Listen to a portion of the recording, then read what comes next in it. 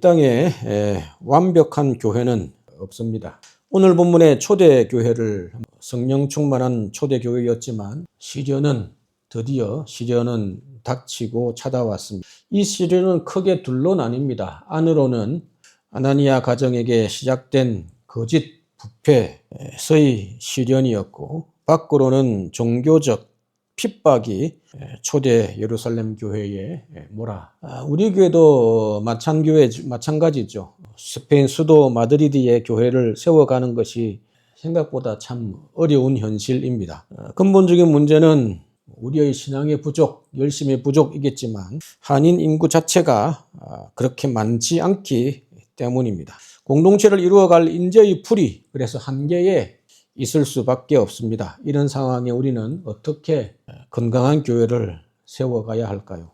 오늘 사건은 초대교회가 처음으로 겪은 시련입니다. 성령 충만했던 예루살렘 교회는 지금까지 일사천리로 복음을 전하며 승승장구했습니다. 그러나 성령 충만한 초대교회조차 사탄의 공격에서 예외일 수가 없습니다. 아니, 어찌 보면 시련 또는 시험이 아니라 한 지체의 죽음을 경험하게 되는 아픔이요 슬픔일 수 있습니다.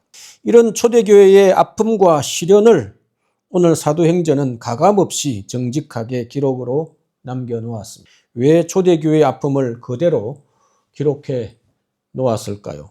두고 오는 세대에 교훈을 삼기 위함일 것입니다. 예루살렘 교회는 어떤 문제를 겪었고 그 문제를 어떻게 극복하고 해결했을까요?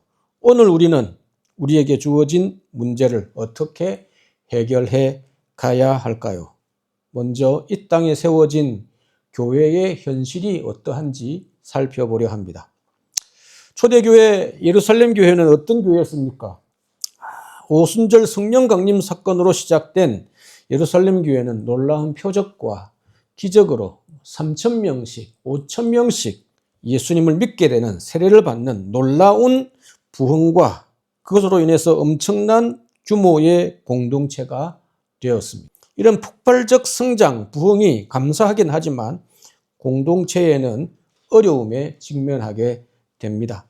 예루살렘과 주변 성전에 상주했던 사회적 약자, 구약의 표현으로 하면 고아와 과부들도 당연히 이때 많이 예수 믿게 되었을 것입니다. 그래서 예루살렘 교회 공동체는 지체들의 문제를 외면할 수 없었습니다. 사도행전 4장 마지막에 바라바라는 성도는 은혜를 받고 지체들의 구제를 위해서 자기 재산을 팔아 사도들의 발 앞에 내어 놓았습니다.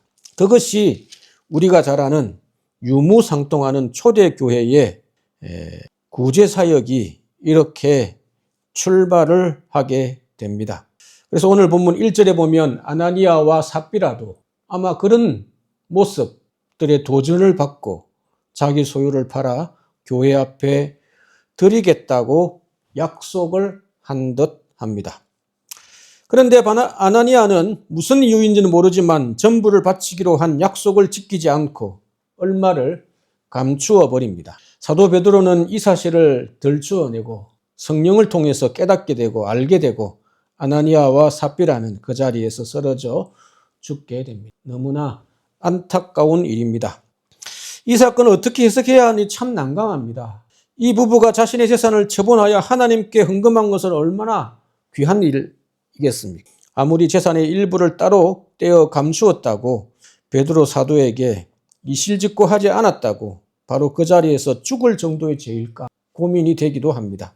오늘날 이 정도 하지 않는 성도가 얼마나 있을 수 있겠습니까? 그러나 이 사건의 핵심은 돈의 문제가 아닙니다. 재산을 팔아 전부 헌금하지 않았기 때문이 아닙니다. 성령 하나님을 속였기 때문입니다. 특별히 교회 역사에서 갓 태어난 공동체의 죄에 대한 경각심을 일으키기 위함입니다. 다시 말해서 처음 태어난 교회 공동체를 죄로부터 지키기 위한 중요한 사건이기 때문입니다. 오늘 본문에 나옵니다. 3절 4절에 그렇게 나오죠.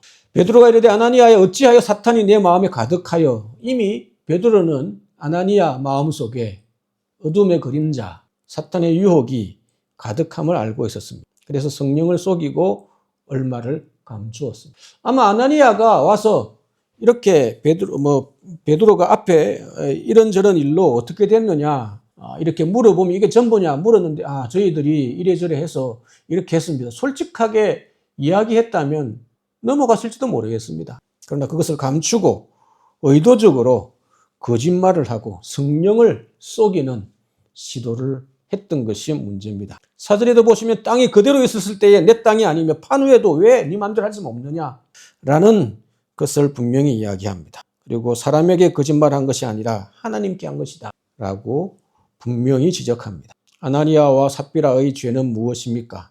아나니아는 재산을 팔든지 팔지 않든지 팔아서 일부만 드리든지 완전한 자유가 있었습니다. 속이지만 않았다면 하나님께 말씀드렸다면 사도들에게 이 실직고를 했다면 다르게 판결이 났을지도 다르게 처리되었을지도 모릅니다.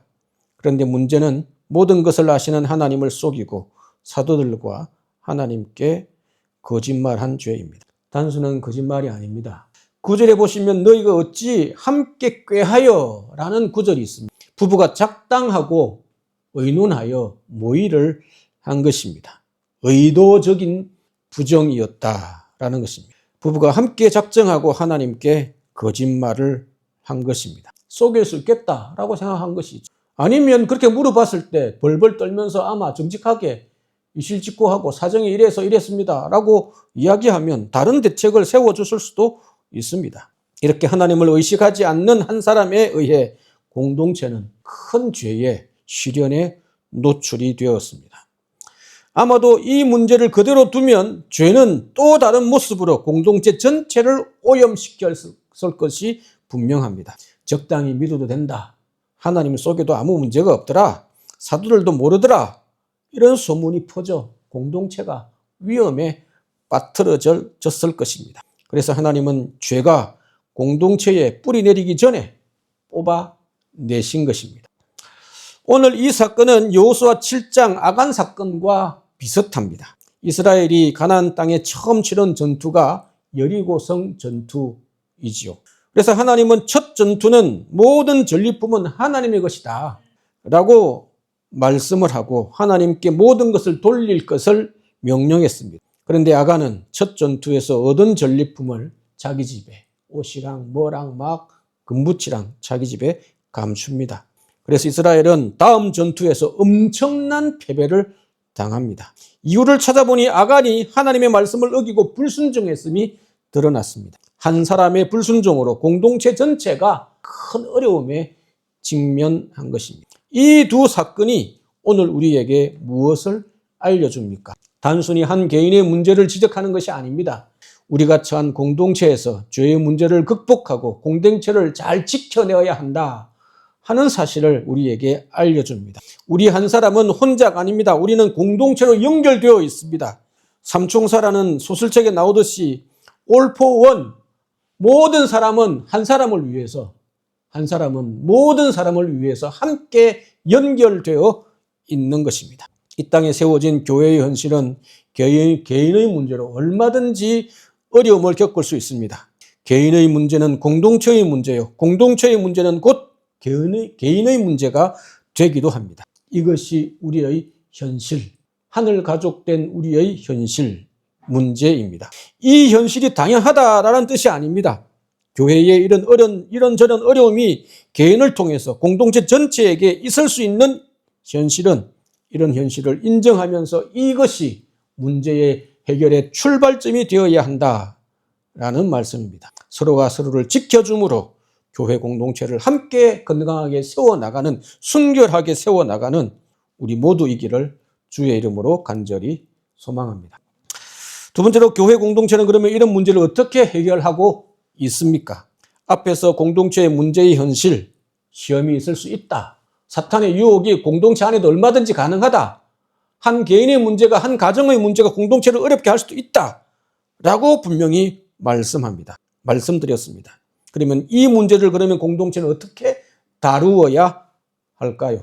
11절을 보십시오. 온 교회와 이 일을 듣는 사람들이 다 크게 두려워하더라 라고 말씀합니다. 사도행전에서 교회, 에클레시아라는 단어가 처음으로 등장합니다. 드디어 다른 사람이 보기에, 후대 사람들이 보기에 이때 교회의 면목을 갖추기 시작했다라는 뜻이겠지요.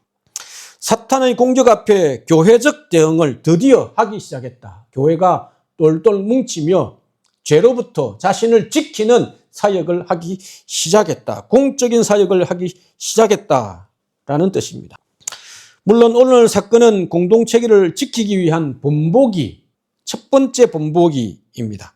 아나니아의 죄를 그냥 용서해 주었다가는 초대교회가 교회의 순결을 지키지 못하고 세속화될 것이 뻔하기 때문에 하나님께서 특별히 이 사건을 들어 강력하게 하나님께서 징계하심으로 교회의 순결을 지키도록 하신 사건입니다. 그러면 오늘 본문에서 다룰 수 있는 교회가 문제를 다룰 수 있는 방식은 무엇입니까? 불행하게도 오늘 본문에서는 구체적인 방식은 나오지 않습니다. 하나님께서 직접 징계하시는 방식이지요. 물론 공동체의 권징이 공동체가 문제가 생겼을 때 어떻게 처리하는지에 대해서 다른 신약 성경에는 기록이 되어 있습니다. 먼저는 예수님께서 복음서에서 말씀하셨죠. 누군가 공동체에 문제가 있으면 교회의 리더가 찾아가서 먼저 개인적인 권면을 해라.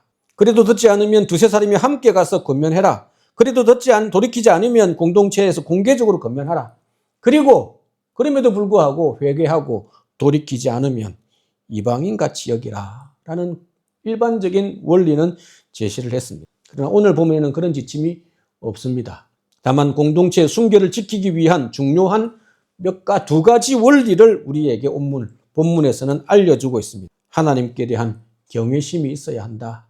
그리고 깨어있는 지도자가 중요하다라는 두 가지가 오늘 본문에서 공동체가 문제를 다루는 중요한 원리입니다. 하나씩 살펴보려 합니다. 먼저 보이지 않는 하나님께 대한 경외심이 있어야 합니다. 이것이 있어야 공동체를 지킬 수 있습니다. 그러나 불행하게도 아나니아와 삽비라는 살아계신 하나님에 대한 신전의식, 하나님 앞에 있다라는 신전의식, 호람대오의 마음이 없었습니다. 자기들끼리 조용히 숨어서 몰래 아무도 보지 않는 곳에 사바사바 의논하면 해결이 되는 줄 알았습니다. 하나님이 모를 줄 알았습니다. 오늘 구절에 그렇게 나오죠. 땅 판값이 이것뿐이다고 함께 꾀하였다고 분명히 나옵니다. 새 번역은 이 꾀하였다는 단어를 어떻게 번역합니까? 공모했다. 서로 공모하여라고 번역을 바꾸었습니다. 이들의 공모하는 모습 속엔 하나님이 보고 계신다 하는 그 어떤 의식도 없습니다. 자기들끼리 머리를 맞대고 이거 이렇게 처리하자. 사도들이 모를 거다. 하나님이 어떻게 알겠냐라고 생각한 것입니다. 그러나 하나님의 징계 이후에 어떻게 되었습니까? 5절에 보시면 이 일을 듣는 사람이 다 크게 두려워하더라. 하나님이 보이지 않지 살아 존재하시는구나. 우리가 이야기하는 것을 다 듣고 계시는구나 하는 두려움이 생겨났습니다. 하나님에 대한 경외심입니다. 경건한 두려움입니다. 하나님께서 보이지 않지만 모든 것을 알고 계신다라는 신전의식입니다. 이로 인해 초대교회 공동체는 모든 문제에 있어서 하나님 앞에서 두려움으로 결정해 나가기 시작했을 것입니다. 하나님에 대한 경외심, 이것이 공동체를 지키는 가장 중요한 원리, 하나님을 의식하고 행동하고 살아가는 것. 그 다음 중요한 공동체를 지키는 원리는 깨어있는 지도자의 중요성입니다. 아나니아와 삽비라는 하나님에 대한 두려움이 없이 공모하여 사도들을 속이려 했습니다. 그러나 베드로는 알고 있었습니다. 3절에 그렇게 나오죠. 아나니아야, 어찌하여 사탄이 내 마음에 가득하여 네가 성령을 속이고 땅값 얼마를 감추었느냐. 누가 알려주었는지 어떻게 했는지 베드로가 딱 보고 알았는지 성령께서 깨닫게 하셨는지 오늘 본문에 나오지는 않습니다. 그러나 베드로는 알고 있었습니다. 아나니아의 마음속에 사탄이 이미 가득하다 하는 것을 보고 알았습니다. 그리고 땅값 얼마를 감추었다 하는 사실을 들추어내었습니다. 이처럼 깨어있는 지도자가 얼마나 중요한지 잘 알 수 있습니다. 아무도 몰랐지만 베드로는 아나니아의 모습 속에서 숨겨져 있는 사탄의 발톱을 발견했습니다. 물론 베드로 또한 완벽하지 않습니다. 우리가 잘 아는 것처럼 갈라디아서 2장에 보면 이방인 사도인 바울에게 꾸지람을 들었습니다. 베드로가 안디옥에서 예수 믿는 이방인들과 식사를 하고 있었는데 그때 유대인들이 식사에 참석하기 위해서 들어왔습니다. 그래서 베드로는 주섬주섬 짐을 챙기더니 나가버렸습니다. 이방인들과 함께 식사했다라는 소리를 들을까 봐 빠져나간 것입니다. 자리를 피한 것입니다. 그래서 사도 바울이 외식하지 마라. 그 사람들이 얼마나 시험에 들겠느냐. 베드로에게 쓴소리를 했다는 기록이 갈라디아서 2장에 기록되어 있습니다. 이처럼 베드로 또한 완벽하지 않습니다. 실수할 수 있습니다. 그러나 오늘 본문에서 베드로는 성령 충만하여 사람의 마음까지 꿰뚫어 보았습니다. 이처럼 공동체의 지도자가 깨어 있어야 공동체를 바르게 지도할 수, 지킬 수 있다 하는 사실을 오늘 우리에게 알려줍니다. 이 두 가지 원리가 우리 공동체에도 있기를 소망합니다. 모든 중요한 결정에 하나님께서 우리를 바라보고 계심을 의식할 수 있기를 소망합니다. 그리고 저를 포함하여 교회의 직분자들이 깨어있기를, 성령으로 충만하여 교회의 순결을 잘 지켜갈 수 있기를 주님의 이름으로 간절히 소망합니다. 그러면 우리 공동체는 어떻게 오늘을 살아가는 우리는 공동체를 향한 하나님의 뜻을 어떻게 찾아가며 교회를 지켜갈 수 있을까요? 이것이 오늘 우리에게 주어져 있는 고민입니다. 오늘날 성령님께서 짠하고 나타나서 이게 하나님의 뜻이다. 하나님의 공동체의 앞길에 이런 문제가 있으니 조심하라.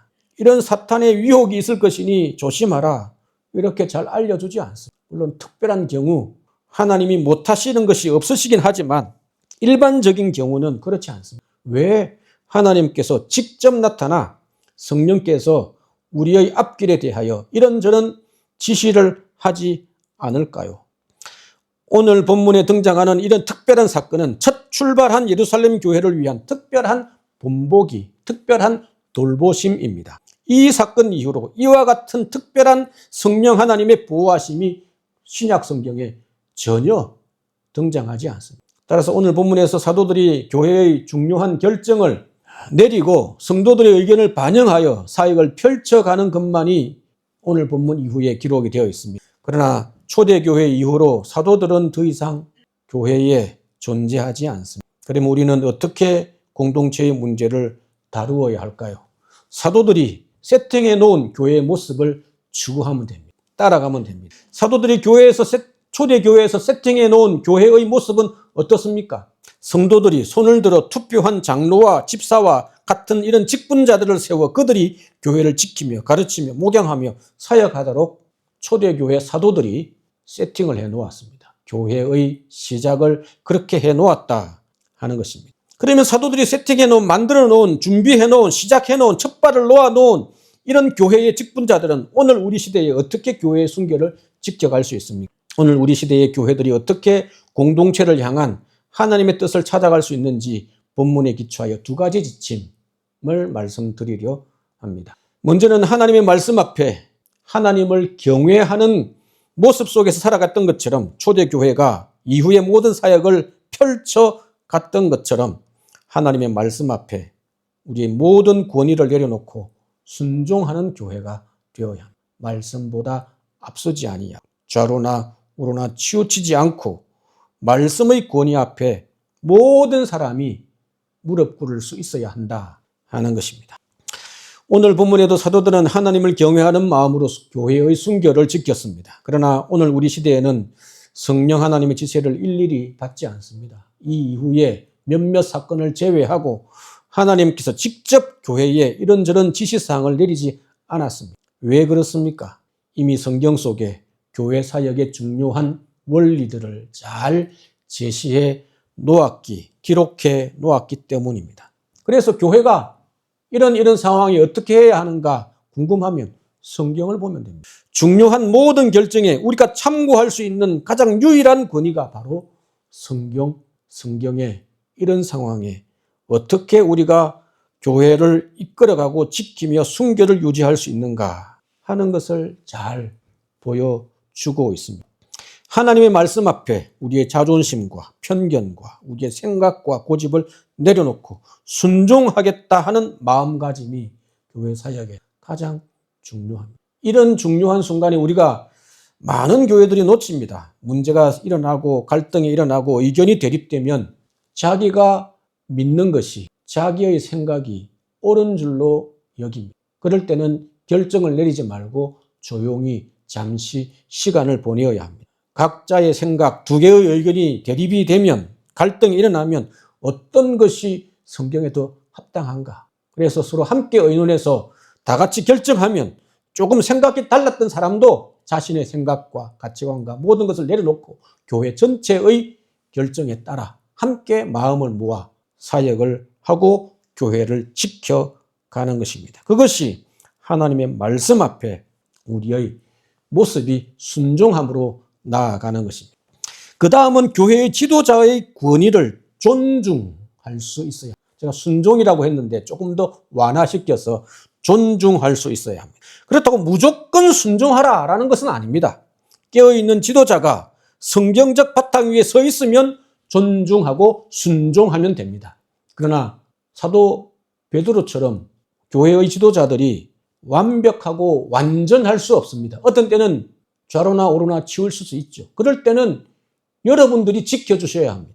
이게 바로 교회 공동체 리더들이 열심히 우리가 실수하지 않도록 교회론에 대해서, 교회의 사역에 대해서 공부하고 연구하고 준비해야, 통달해 있어야 할 이유입니다. 오순절 성령 강림으로부터 시작된 교회의 역사는 사도행전과 신약 성경의 이후에 오롯이 다 온전히 기록되어 있습니다. 교회의 중요한 사역의 원리들은 다 성경에 기록되어 있습니다.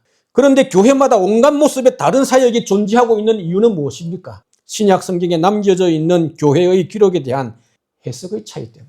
어떤 사람은 교회를 이렇게 이해하고 그것이 다 틀렸다가 아닙니다. 어떤 부분이 더 중요하다.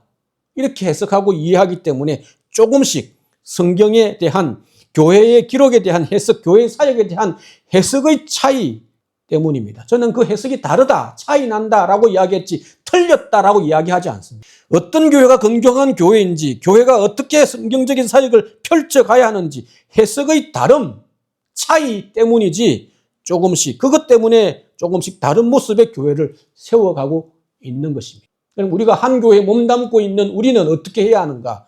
교회가 신약 성경이 말하고 있는 교회의 건강한 모습이 무엇인지를 함께 배우고 익히고 마음을 모아 바르게 해석하고 함께 한 스텝 한 스텝을 같이 밟아가야 하는 것입니다. 제가 마드리드 사랑의 교회에 와서 이제 2년 차에 접어들고 있습니다.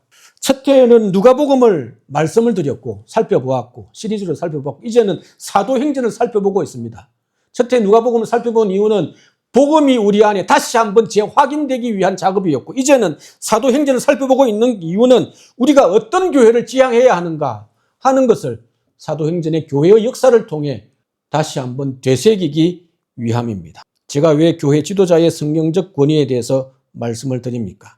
오늘날 우리가 살아가는 이 교회의 시대는 사도들이 없는 이 시대에 그러면 누가 어떻게 마음을 모아 공동체를 세워가야 하는가? 그때는 사도 베드로가 깨어 있어서 교회의 순결을 지켰는데 우리는 이제 그럼 어떻게 해야 하는가? 교회의 지도자들이 하나님의 말씀에 입각해서 깨어 있어야 한다. 그렇게 깨어 있는 교회의 지도자들이 바르게 성경적인 교회론을 바르게 무장하고 교회의 교회됨을 지켜갈 수 있어야 한다. 교회의 지도자들이 바르게 성경을 섬기고 교회를 섬겨나가면 우리가 함께 마음을 모아 존중하며 순종하며 사역해 가야 한다라는 말씀을 드립니다. 교회의 지도자들이 신약에 기록된 교회의 사역의 원리들을 따라 우리 교회의 처한 현실을 잘 반영하여 교회의 순결함을 지켜나갈 수 있도록 교회 사역을 잘 건강하게 펼쳐나갈 수 있도록 기도해 주시기를, 존중해 주시기를, 그리고 함께 마음을 모아 주시기를 주님의 이름으로 권면을 드립니다. 말씀을 마무리하려 합니다. 오늘 우리는 초대교회의 아픔을 함께 살피면서 교회의 순결을 지키는 것이 얼마나 어렵고 중요한 일인지 말씀을 드렸습니다. 우리는 인구의 한계, 척박한 환경이라는 외적인 시련뿐만 아니라 우리 마음속에 도사리고 있는 아나니아와 삽비라의 유혹이라는 내적인 시련이 있을 수 있습니다.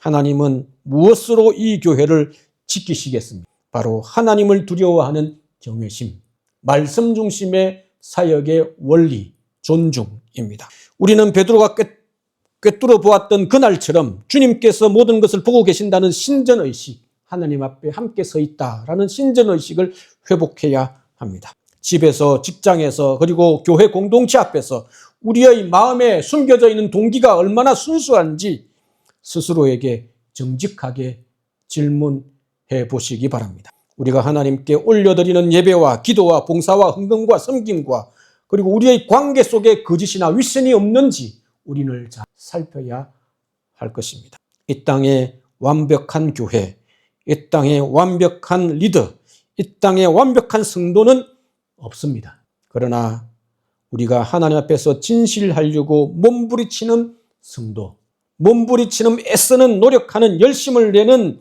교회, 하나님 앞에서 깨어있기 위해서 눈물 흘리는 지도자는 있을 수 있습니다. 주님은 우리 공동체를 이런 우리를 통하여 부족하지만 하나님 앞에서 바르게 살아가기 위해서 깨어있기를 소망하는 모든 성도들과 지도자들을 위해 이들을 통하여 교회를 거룩한 반석 위에 세워갈 것입니다. 우리 모두가 하나님을 경외함으로 이 교회의 순결을 지켜내는 신실한 성도와 사역자들이 되시기를 주님의 이름으로 간절히 소망합니다.